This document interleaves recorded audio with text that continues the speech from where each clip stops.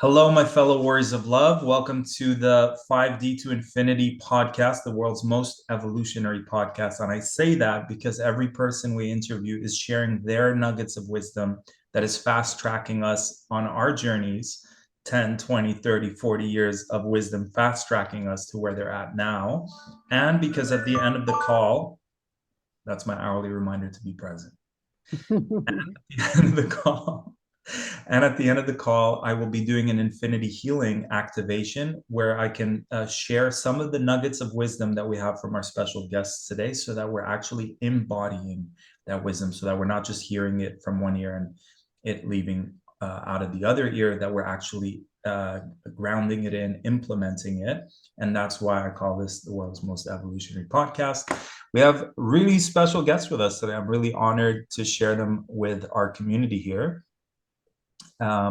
Little intro. So we're going to learn about nature. We're going to learn about living in harmony with nature. We're going to learn about what are the major challenges of the way the world is right now. What are some of the solutions?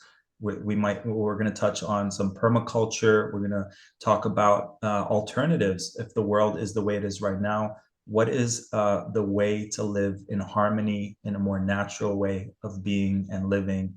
And we're going to get into whatever else spirit is guiding us to do. And Shauntree and Laurena are passionate individuals who foster sustainable living practices and promote holistic wellness.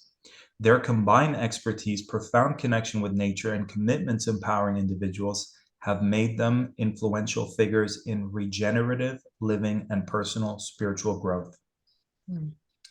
Shauntree and Laurena, the visionary minds behind the Living Center, have spent decades cultivating a deep understanding of interconnections between humans and the natural world.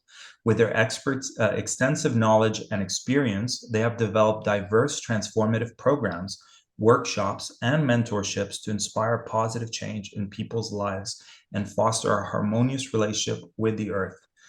Shauntree and Laurena, thank you for being here. I appreciate you being on the call.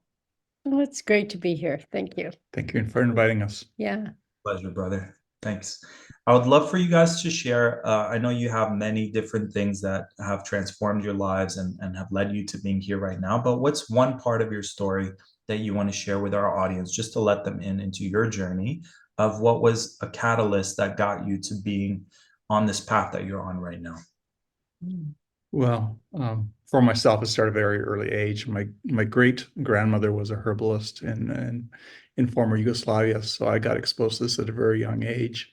And I feel like my calling happened when I think I was in grade 10, and I just knew my path was going to be working with the green world, the green plants, be it growing them as a gardener, as a herbalist, as a nutritionist, and foraging, and just being in the wild, and letting them lead me, letting them be my teachers. And I've just been so curious, and here it is, 50 years later, here I am still so curious, and I feel like there's so much more that, I feel like I know less than I did back then, in the sense of how many layers there are to this plant world that shifts us in our consciousness, in our physical body, or mentally, or emotionally. It's just, I'm just in awe. I love living in awe with them. Every time I go for a walk, every time I smell them, every time I taste them, that's sort of my nugget there, is this curiosity of going into the green.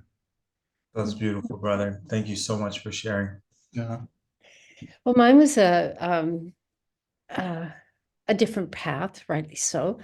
When I was around 40, I went through a healing crisis at all levels, spiritual, one of those epiphany times. And what happened is I kept getting the message to do what I love. Now, I had been on 15 years almost of a very dedicated spiritual path, and my body was falling apart. And it made no sense to me, and I didn't know what else to do. So I just asked, and I kept asking. And what came is do what you love.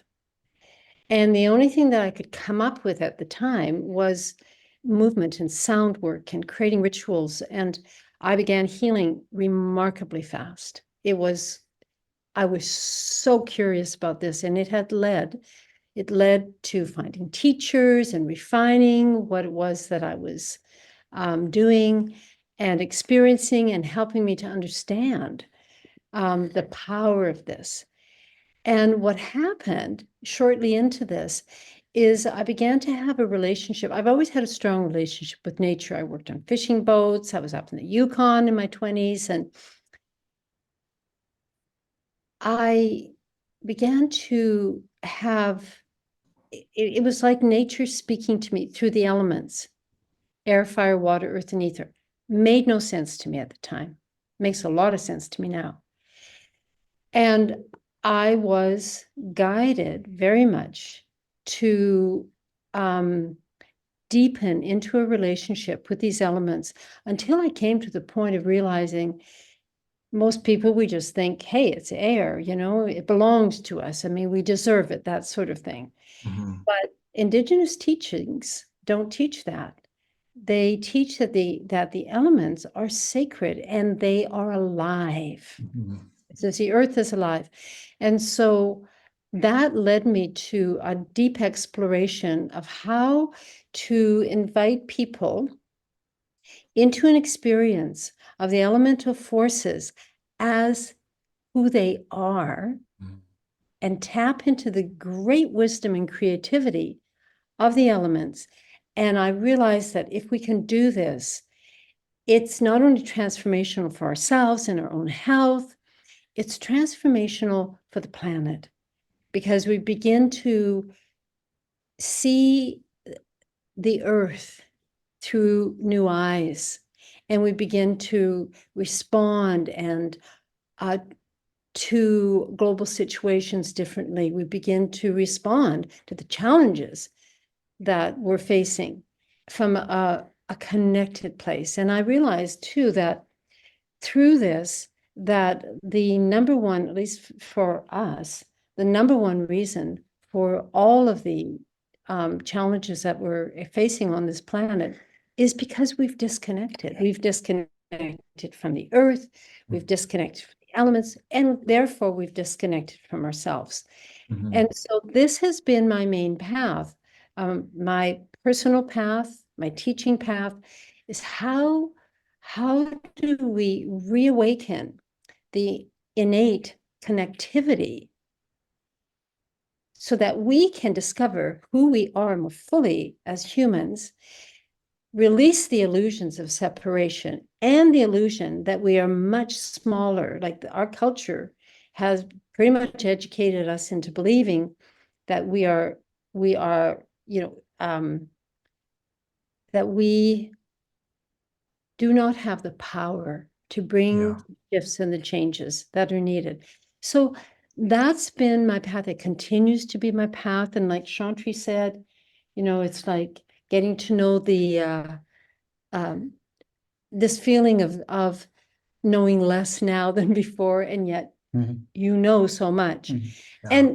And I would say the same thing for me. It's this, it's like bowing to this great creativity that we're part of, Mhm. that that is here, especially during these times, to guide us, and always to, you know, to humble ourselves before these great creative forces and discover what it means to come back home into a living planet that we are designed to be co-creators with, I believe. I love it.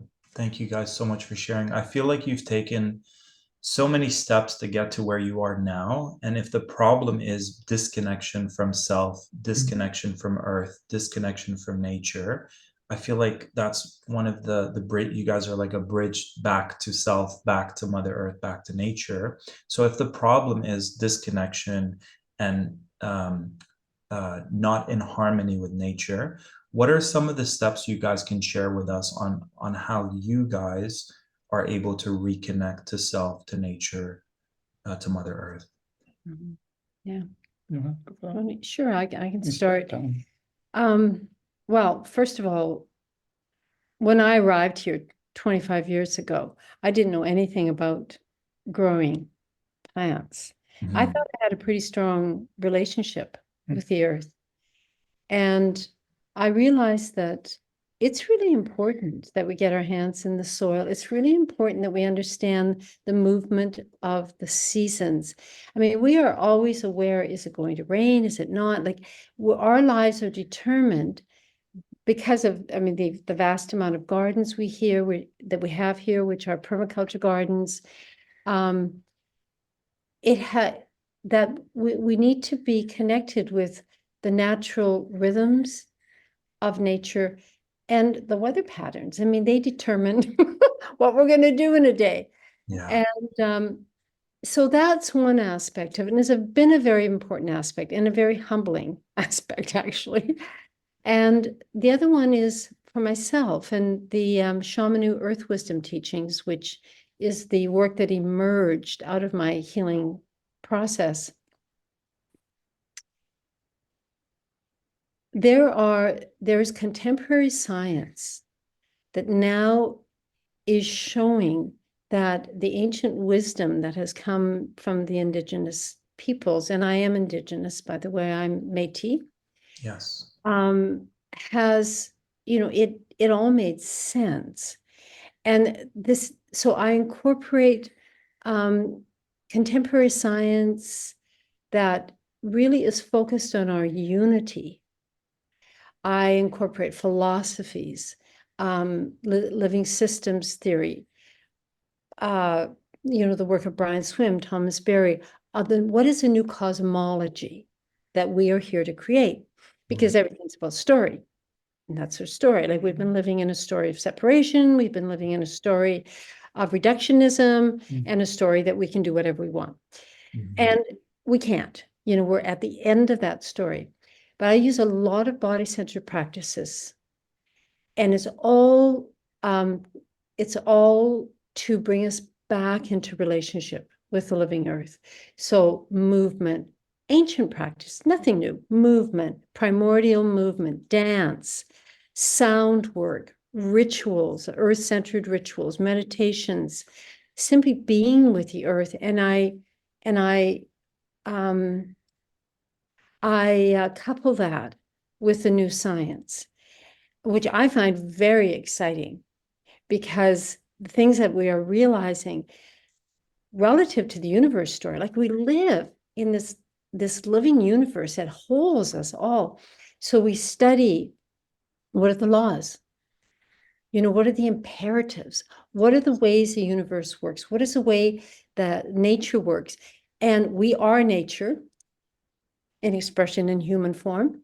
So why wouldn't we glean these amazing teachings and apply them to our lives? And when we do that, it shifts everything. It shifts how we buy things. It shifts the actions we take.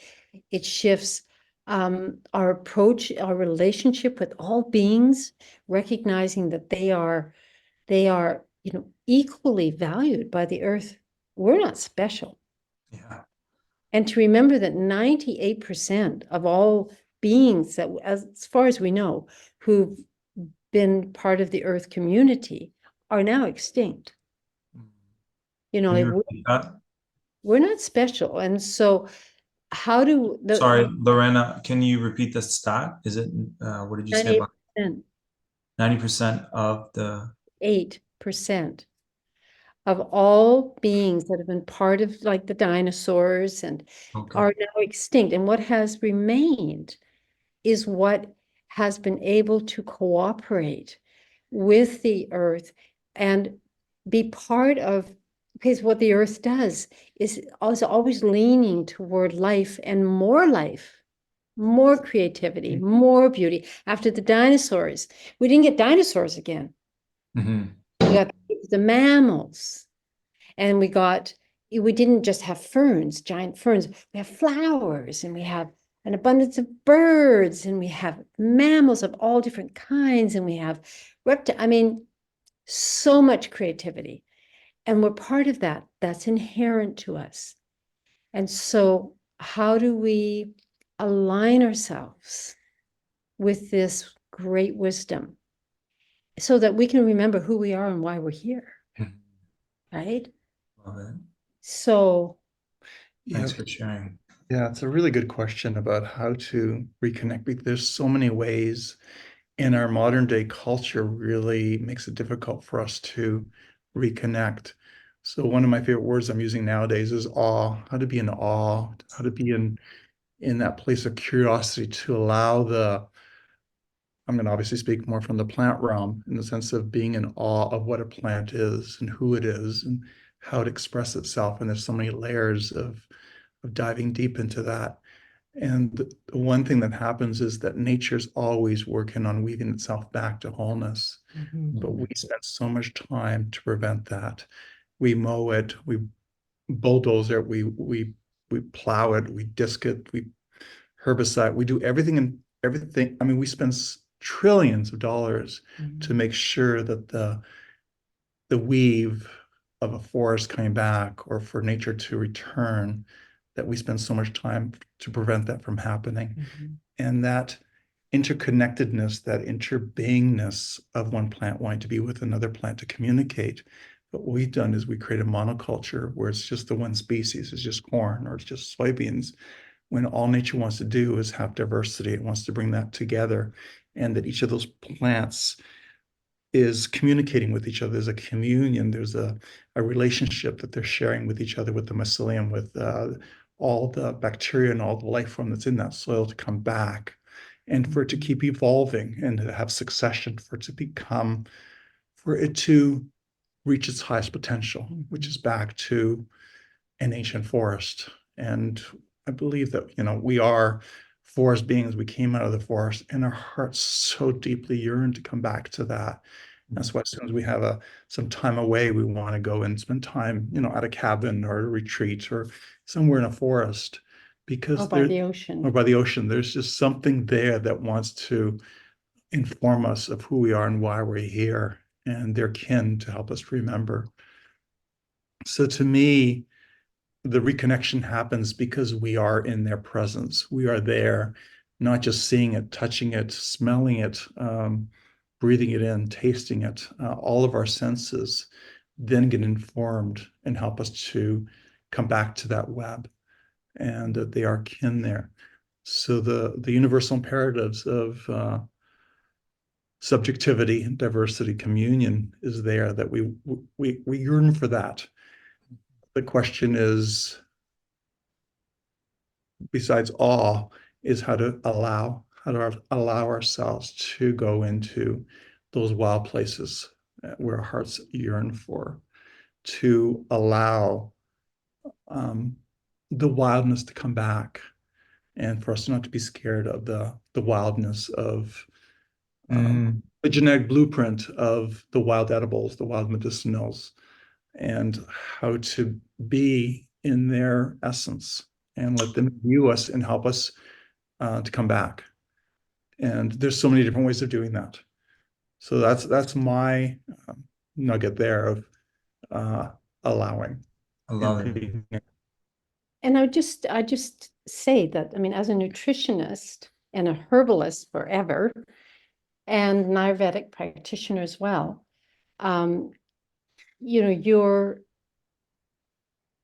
your expertise in supporting people through a herbal approach or through a nutritional approach. I mean, when you say, how do we do that? One of the big, I mean, it's actually an essential part of the center is what we eat and how we eat. I mean, we know that we're here for purpose, and everybody knows that they're here for purpose. A lot of people at my age, I mean, have gleaned so much wisdom. I'm 75 this year. Wow. And Shauntree 65. And yet, because of the culture setting up a nutritional system that basically numbs us and dulls us, all of this wisdom that is so needed on the planet right now, people are just don't even have the energy to share it. And what do? We just, put our elders into these homes where they can't even share their wisdom. So that is tragic. Yeah. So how to maintain our health, how to maintain our vitality, regular practices for both of us every single day, based on the shamanu practices that I teach and things that you've, been doing since you were 20 or before, and nutrition. So we're a vegan permaculture center. And, some people think that permaculture can't be vegan. And, they say, where are the animals? We have 50 acres here. Where are your animals? And we say, they're everywhere. They just are not caged. They're free. And so they do what they need to do. Like the farmers all around here, there's monoculture all around us. We have this beautiful little oasis. You were here. It's very beautiful here. And they're always losing their barn cats. Now we never have, because the wolf coyotes that are in the forest, they don't need to come here. There's so much biodiversity that it all balances. Well, what about your grapes? How come you don't lose your grapes? How come people lose their grapes all the time to the deer? They don't need to come close to their house and take the grapes. They have what they need. And so I think this is where we're going as a species. And it's going to take time to relearn this. How do we live with nature, with forests regenerating themselves, and also have quality life ourselves? Because a lot of the reasons why we did what we did was because we didn't want bears to come and eat our babies. Right? So we have the technology now. We have the smarts. We know how to do this. We just have to get away from the mindset of we've been created to be producers and consumers, which is so much of what we've been told our purpose is. I mean, really, what, 14.7 billion years of creativity to be consumers? I don't think so.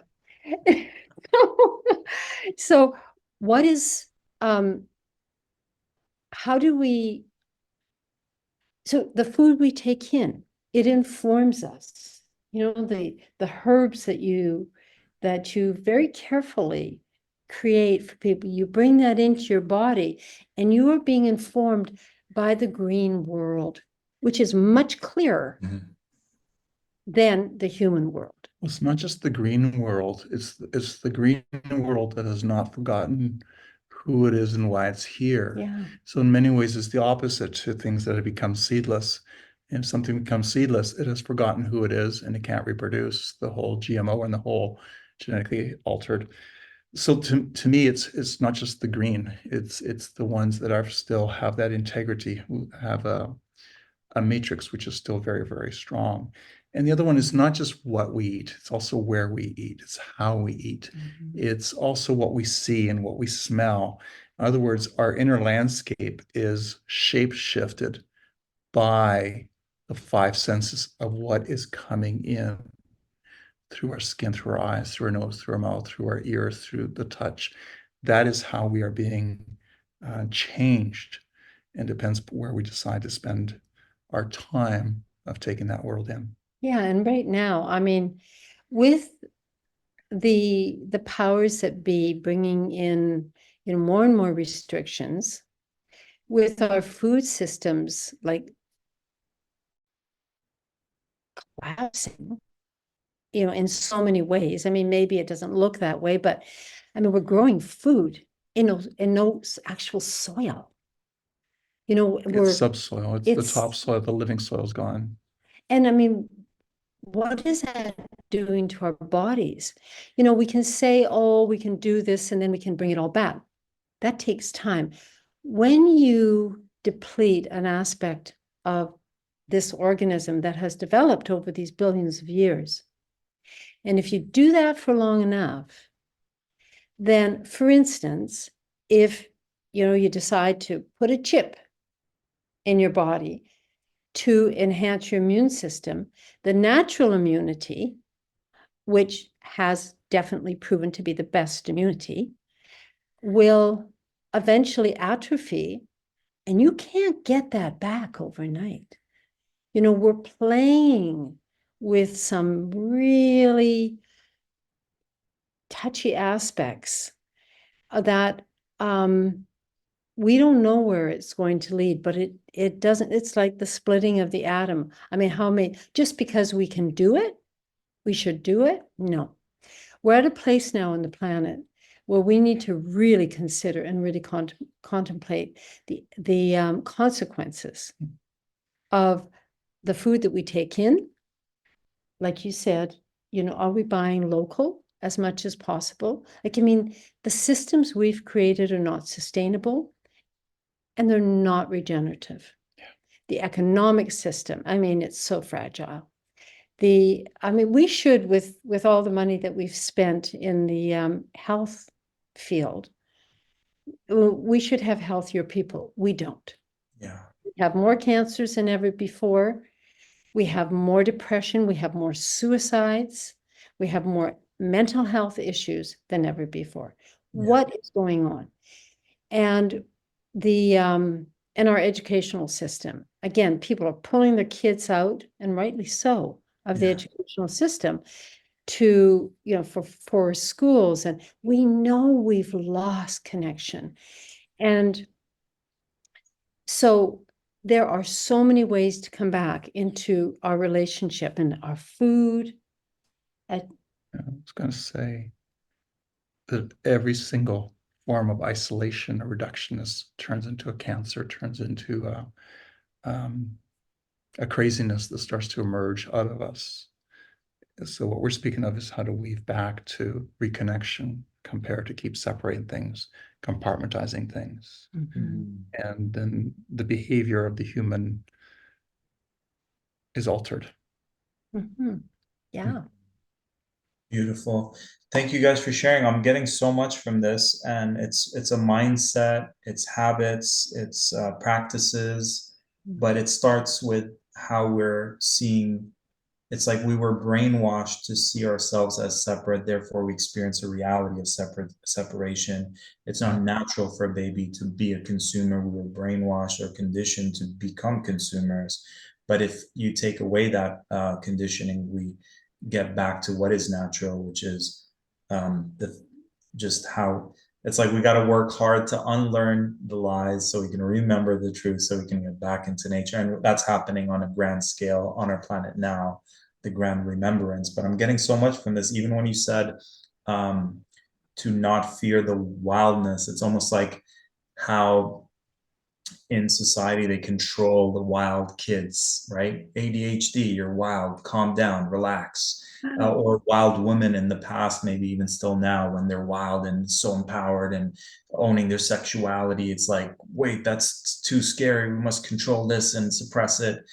And same thing with nature, right? When it's just doing its thing, it's like, what? It's chaos. This is growing with this, we must control and separate. So it's all mirroring like our world and nature, and it's I'm getting so much from this. I noticed that a lot of last time we went and saw you guys, first of all, just being after we had a shower and we just stood there, and you have the pond there, or just being there and just sitting for a moment and just seeing all this nature around was great medicine. Like, I can't buy that at the herb store, I can't buy it from my healer. It's just like a moment, an experience, and it's so healing. So I really am appreciative.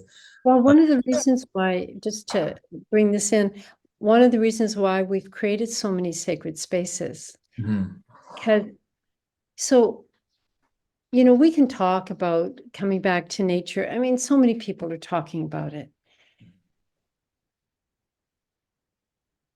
It is really important that we, in whatever way we do it, if it's through movement, through nutrition, through breath work, through meditation, through simply standing in the midst of those, stone beings that came to us last year, and by the pond, and feeling into the presence of the many ceremonies that have been done there.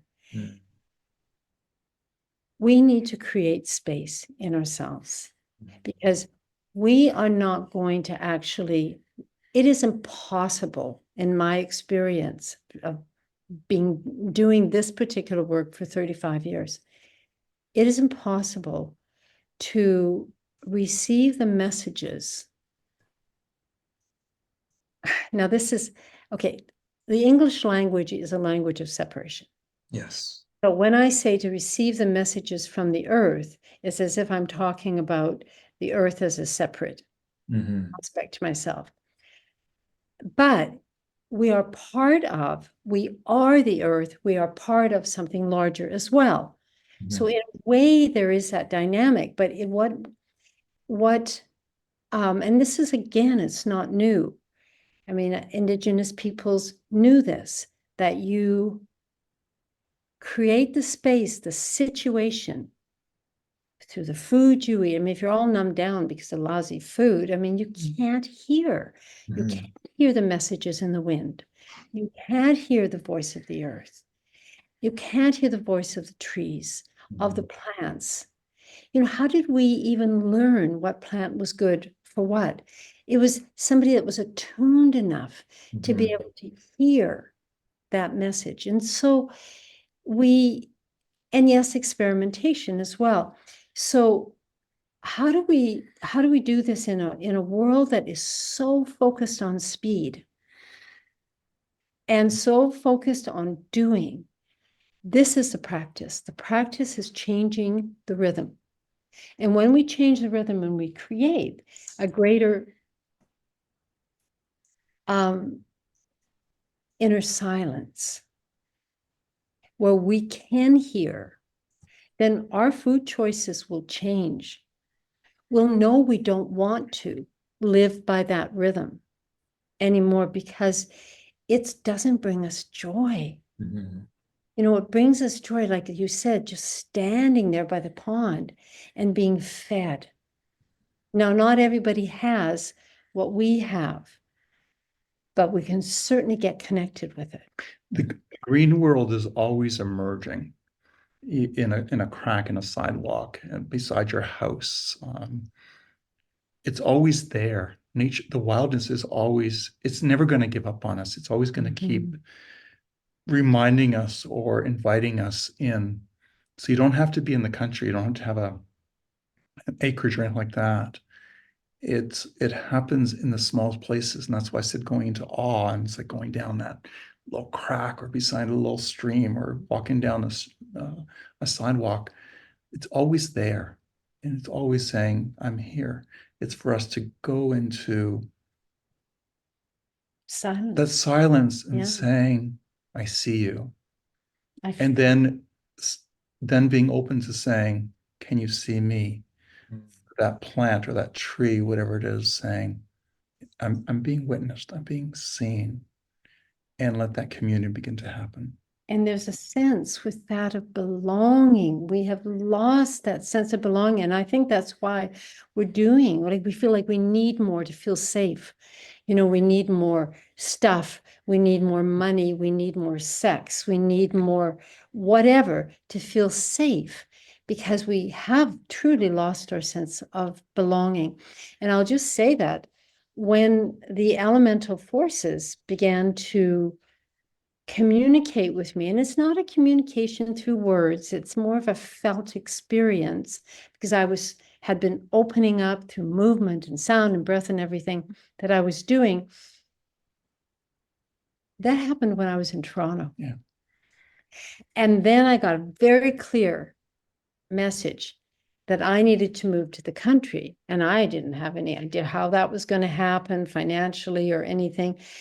And serendipity, as things go, we meet, and here I am in the country. Can you share the story to our audience about a little bit about how you met? And they don't know about the Living Center. Did I get that right?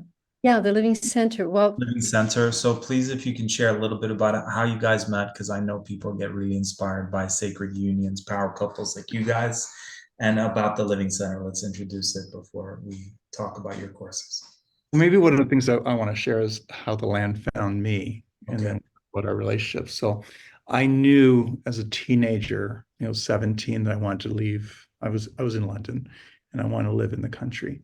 I knew that at a very, very young age. So I started saving all my, all my nickels and dimes and quarters to move to the country. And it took a few years, took almost 7 years to keep working on that. But the thing is, I had it in my I had a sense of what it was going to feel like. So the first time I walked onto this land, especially going to the forest where there's these, 150-year-old trees there, I knew this was home. And I came in. And the land has been organic since the beginning of time. So this land has never been farmed with chemicals, anything like that. And I've met all three families who lived here before that. So that was me finding it. And then when we met, it was a common vision. It was a common purpose that brought us together. Yeah, and it really centered around the elements with your work with as a Ayurvedic practitioner and my work with the Shamanu Earth Wisdom teachings, which was all about our relationship with the elements in the earth. But we also both had a passion to be in Costa Rica. And Costa Rica for the next 8 years after that, where we offered retreats, became a teacher. I mean, the everything is so alive there. It became our spiritual sacred home. Yeah, and we didn't, we were in love and everything and creating together and what are we going to bring back to the center? We didn't realize the extent of education that we were receiving by being in the rainforest, by living on this platform with a roof, by being surrounded by virgin rainforest and 3 sides and then the ocean in front of us. And we didn't realize what was happening to us, but it was just imbuing us with the pristine wisdom that only places like that can do. And then we were able to bring that back here. So when we met, we were— How long ago was that, Laurena? 25 years ago. Okay, in Costa Rica at a retreat. Yeah, we were offering retreats. We met here at the center. Got it. I arrived. I had been looking for a place to offer the shamanu work somewhere in Ontario. And I wasn't here for 20 minutes. And I went, oh, this is a place. Shauntree was in the middle of a transition. He was opening up the center for other people to be part of it. Yeah. I was in the middle of moving out of Toronto. And so it was just kind of all fell together. We weren't thinking of relationship at all. Yeah. We traveled together. We were friends. He was with his girlfriend at the time. And so we, in Costa Rica, but we got to know each other as really soulmates and realized that we shared a common vision and we shared a passion for supporting people through your modalities, through mine, and they were complementary because they're different, and as a way of coming back into relationship and heal the wounds of separation. One of the things I would like to add in here is, so even though I talked to them, I'm sort of the green person who works with plants. At the foundation, it is the elements that have been in there for a long time for myself. That's where our work actually wove together, is working with the elements.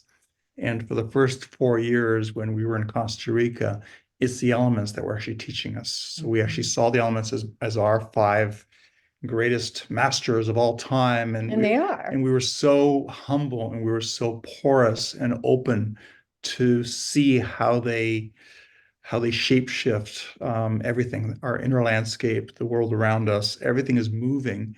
And we got into that place of curiosity. And for 4 years, we were just like sponges and we were taught, and that came back to the center. Yeah. So the center, in many ways, that's like a foundational piece of the core values and beliefs and teachings that emerge from the center is the elements. Even with permaculture, you can't design anything without those 5 elements. There's no life, there's no person.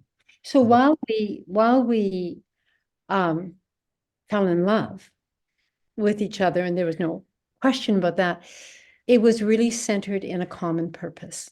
And in this day and age, I mean, because we counsel younger people quite a bit, and we've even offered couples workshops. and just sharing how we've moved through. I mean, we live together 24/7. We teach together, and we teach separately. And how do you do that and maintain a relationship? Well, there's some, really easy ways to do that, actually. And so when we counsel younger people who are looking to be in a relationship, it is really important in this day and age that you share a common vision. Yes. Vision to raise a child. That vision it could be anything, but it's to have a common vision. And so many times what happens is one person is really, no, they are here for purpose. And they want to fulfill that purpose while they're here on this beautiful planet. And the other person isn't on that path. And then it doesn't work. More than ever, it feels that is what is necessary. I think part of it depends upon how open-minded or how porous you are to allow yourself to keep evolving in the relationship. But if one person is growing and the other person is saying, nope, I'm going to hold to my to the way I've been and the way I'm behaving, and I'm going to hold on to that, I don't really want to change, then it won't work. But one person might be growing fast, but the other person is still curious. So they might be, I don't really want to say behind, but they're going at their own rhythm or their own speed of being taught or being for them to express themselves. But if one person is rigid and they're just like, no, I'm not going to change, then obviously then it won't work. And we just every year we sit down and say, well, what's your passion? And then ask me, what's my passion? And we know in asking that question, it could mean going separate ways. So far, it's so good. And then so also have the humility to revisit your union and see, are we, where are we at? Are we still in alignment? Are we still feeling the need to move forward, rather than this thing of like, just, no, we're doing it, we're sticking together for life regardless of.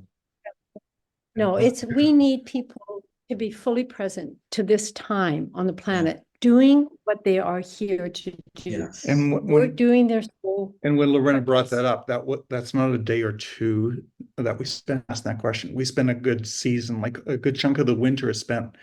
And now, what do I love? What do I want to share and express? And you ask the same thing. But there's actually two other parts. Is what does the community need now? When I say community, I'm talking about people who probably will come here, or where humanity is at. So that's the number three. And then the fourth one is, what does the land want to have happen here? What kind of experiences? What kind of events or anything like that? What does the earth need now? So listening to the land here, but also the people that are going to just about, it's what Shauntree loves and it's what Laurena loves. It's those two other parts. We have to listen to what the earth needs. What's needed now? That's why we came together and both became permaculture educators. Because we see the value, and permaculture is a great system, that is just taken off. And it helps a person to shift it really helps a person to shift consciousness. Now, Shamanu Earth Wisdom Teachings does that. All of what you're doing does that. And permaculture brings it in a different way. Well, it weaves it together. It's a weaving. It's a cultural redesign. I mean, just like if we weren't part of permaculture, we would have never built this 8-sided cordwood and cob little sanctuary that we're in right now. Because it wouldn't have occurred to us. We would have tried to maintain our gardens a certain way, rather than allowing them to move into what are called forest gardens. We probably wouldn't have. It shifts the lenses. It shifts your lens. That's what happens. And that's what would happen in a 10-day, a permaculture design, is that your lens will never be able to see the world the same again. It really does shift you, and it gives you possibility. Please let us know about the courses that you guys offer for our international audience. The Living Center is in Ontario, Canada, London, right? Close to London. And London, Ontario for our international audience, not the UK. And please tell us about these courses, the permaculture courses that you guys offer. What makes them different than what's available out there? Who would this be for, and how can they learn more?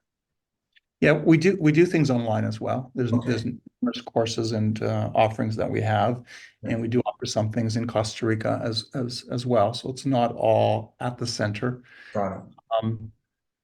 The course is for anybody and everybody. Whoever's Mm-hmm. curious about changing patterns, changing a way of living, Mm-hmm. all design, because it's how to redesign from, from your bedroom to your interior design to your garden and it keeps going further and further out of how to redesign or how to restructure our culture. I mean, the word culture is in there, is permanent culture. And Mm-hmm. permaculture is not new. I mean, every single all of our ancestors, doesn't matter what part of the world you came from, they were permaculturists. Mm-hmm. You're from, Africa or from Australia, from Europe, wherever you were, permaculture was a way of life. It's rooted in place. It's permanent culture, what was there. It's just that now we have disconnected ourselves and we've redesigned the world in such a negative way that there's these consequences that we're all paying for now. Mm-hmm. And in many ways, it's an invitation to come back Mhm. to seeing an ecosystem or seeing a natural landscape, and that becomes our inspiration, or that becomes our teacher. So in permaculture, we do take people back because we have a 25-acre, very beautiful old growth forest there. And you go there and see, oh, this is how it's regenerating itself. This is why a cornfield wants to become a forest, because there's more. And nature knows how to create more without having to bring input in, without having to bring resources from somewhere else. The resources emerge or come out of the earth, but also comes out of the sun, out of the water. The elements are actually the design. They are the designers in permaculture, and That's right. and we really dive into that in permaculture, because it is all about understanding the movement and the temperament of the elements.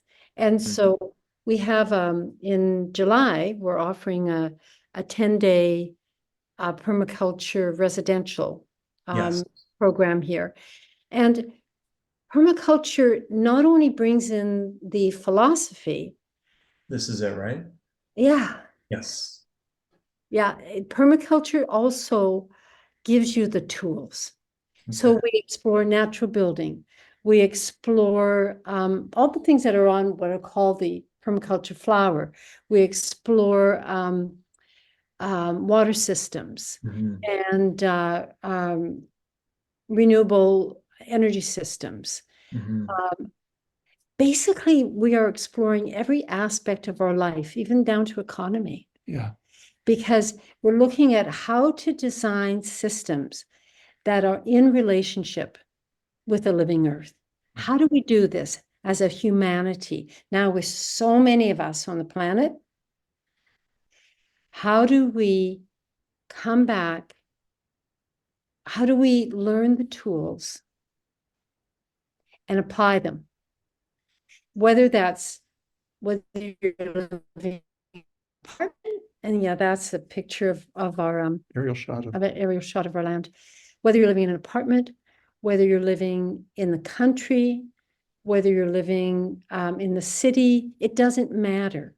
Can you ground in for us why it doesn't matter? Because for folks who are like, but that's for people who own land who want to grow food, can you share why this is a universal thing? Because the principles of permaculture are based on an understanding of how nature works. Got it. It's how life works, Mm. right? It's how humans work.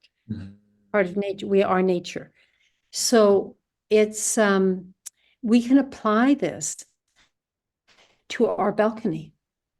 It's not just about growing food. Originally, permaculture mean permanent agriculture, and now we're in 2024. That's not what it means. It means anything to do with culture, any aspects. And yeah, I think that terms still people think it's about growing food and it's about having a garden or growing crops. It's not. It's any aspects. And the beautiful thing here is that we've got 45 years of, and we have 5 natural buildings on the property. We have an earthship greenhouse. We have a straw bale studio. We have 3 cord wooden cob buildings. There's 3 ponds, 3 wetlands, and there's this forest which is so primal. And so people can walk here and they can see, oh, this is what can happen. This is, and we engage people. I mean, it's an experience. It's not something you're going to get over the internet. Yeah. If you want to, you can learn all about natural building, but it's not until you're creating the cob and you're building something, you've got your hands in it, even if it's just for a day, you have a felt experience of that doesn't go away. And so many people have said, oh, I thought that it was impossible to do this. It just seemed like it was overwhelming. I can do this. It's being embodied, or it's imbued when you're here. It's not just information, because permaculture can be very, very information driven. Yeah. Because there's just so much. It's like 3 aspects of our culture. How do we change every aspect of our culture? Mm-hmm. But being here, when a person is sleeping on the land here, when they're walking the land, I don't have to say a word. They can feel permaculture, what do you call it? Emerging. It's coming out. Mm-hmm. And the other one is some of the pictures that you just saw. Thank you for sharing those pictures, Derek, is saying there was almost no trees on this land when I moved here. This 25 acres here it was like I could see my neighbor 1 mile away. It was like there was like 8 trees on this 25 acres in a small little orchard. Beside that, there was nothing, not even shrubs here. And we have actually some aerial pictures that are still black and white from the early 80s, what the place looked like. Yeah. So permaculture is growing itself on the land here, and we're playing with it, and we're experimenting with it, and we are allowing we're students of it. Regeneration to occur. Yeah. But this place, I mean, really, when you see those original pictures, it's phenomenal what can happen in 45 years. This can happen. Like, so those of you who are with us right now, and thank you for being with us. Yeah. The picture that you saw, the aerial view, like Shauntree said, there were like 10 trees here. Amazing. And it's just a passion to regenerate. And I believe that we all have that passion in ourselves. And I want to just add one more thing. It doesn't have to take 40 some odd years to do this. I can share this now and how a person could do it in 3 to 7 years, and to allow it to start really coming together. Wow. Guys.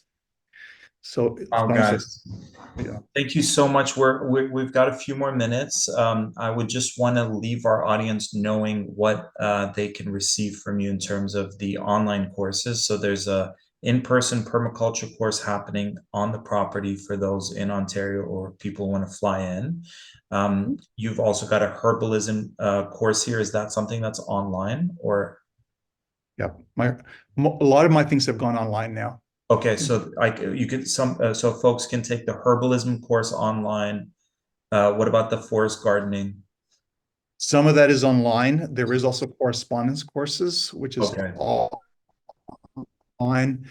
And I'm actually doing 101 coaching or mentoring now as well. Beautiful. So there's quite a few things that, especially with the Zoom now, we can actually offer a lot more of this type of stuff online to empower people no matter where you are. And we have had people now from 26 countries here who've taken a lot of the things online.